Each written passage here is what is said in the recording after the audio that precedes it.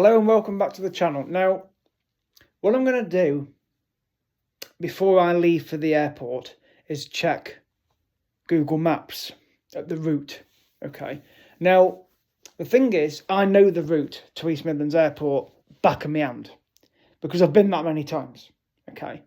I've been that many times with going on mini breaks to Benidorm, with going to Portugal, with going Ibiza, Mallorca, Prague. Not Prague because I went from Manchester. And not Dubrovnik because I went from Birmingham.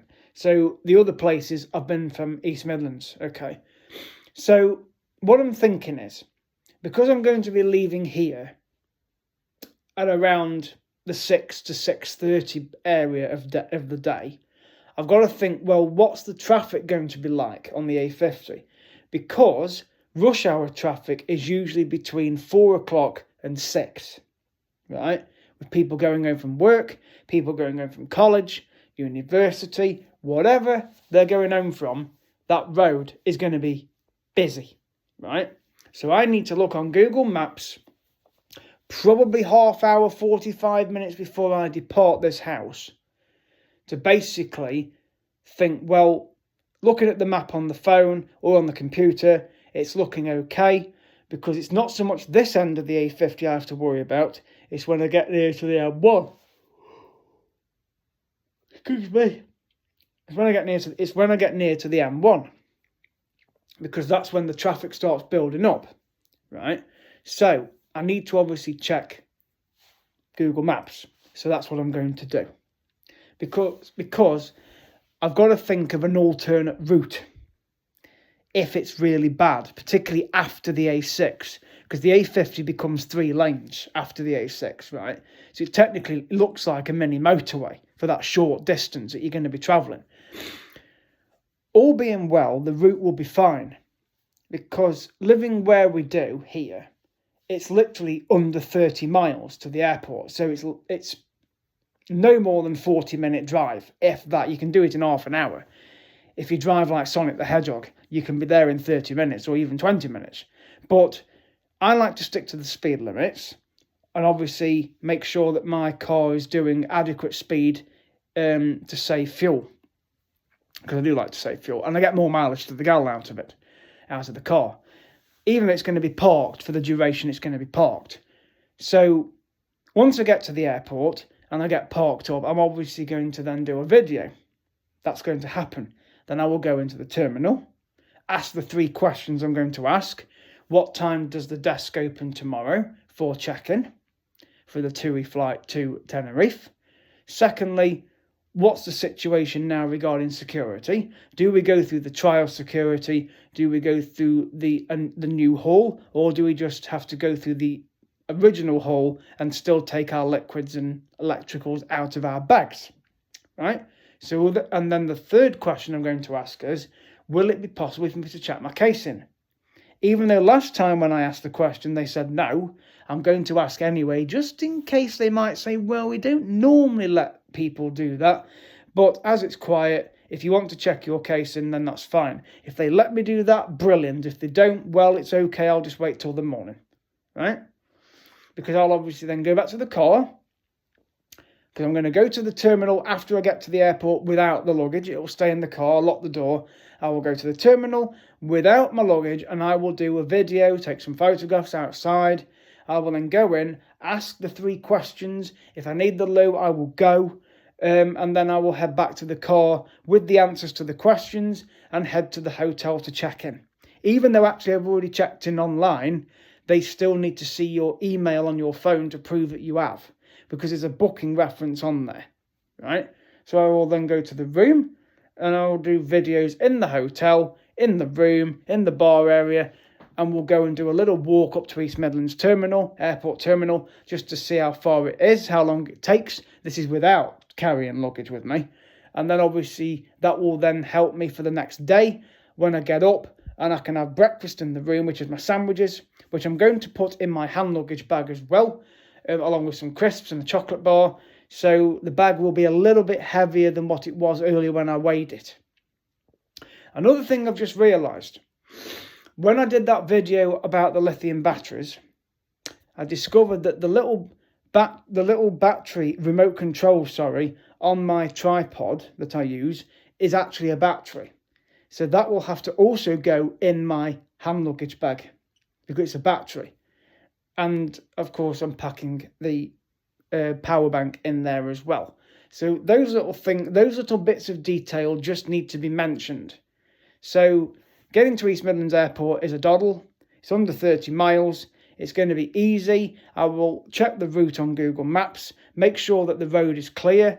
If it isn't, or there's heavy traffic that end, I will come off the A50 at Castle Donington and go round the back of the village rather than go through it to the top of the road and then get past the runway and then turn into the airport that way. That's the plan. Now, what is the itinerary for the cruise? Because I forgot to mention that on the video earlier on. So what's the itinerary of the cruise? Well, it's 2 itineraries basically into one. It's sail into spring 1 and sail into spring 2. So those that join the ship in Gran Canaria will obviously do the following itinerary. So Monday, Gran Canaria. Tuesday, Tenerife. Wednesday, Thursday, day at sea. Friday, Cartagena, Spain. Saturday, day at sea. Sunday, Malta. Monday, Tuesday, sea days. Wednesday, Cyprus. That's the itinerary for the sail into spring 1 if you're going from Gran Canaria. If you're going from Tenerife, it's pretty much the same, except Gran Canaria is not on there.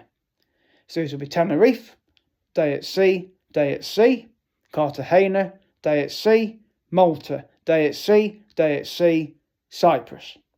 So there's 5 sea days spread over the cruise. People have been saying, oh, which one's the dress to impress? Well, I'm putting the bets on that basically it's going to be the first sea day. But again, I don't bet. No, I don't bet. But that is pretty obvious that the first sea day will be the dress to impress.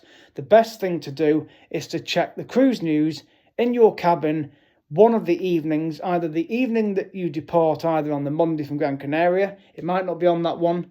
It may be on the one on Tuesday night, because that means you'll get one put in through... Well, the one that you get on Tuesday night will basically be the Wednesday cruise news, which will be day at sea number 1 and then day at sea number 2, okay? So it's usually on one of the sea days. Well, there's 5 to choose from, so it's going to be on one of them.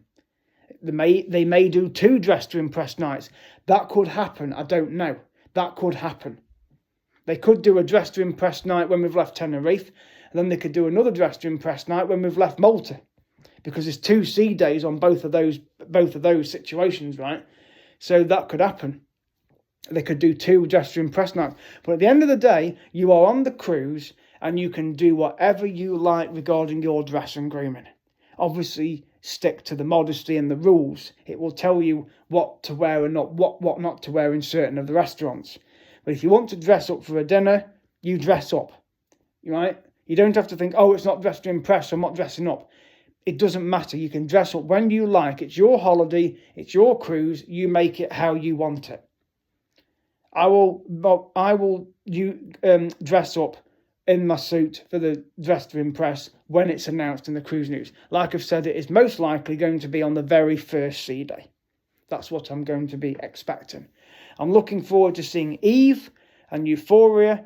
They're from the Marella Explorer 2 and Marella Dream. I've heard another person from the Explorer 2 is on the cruise as well, called Remy. I'll have to try and see if I can remember him or her.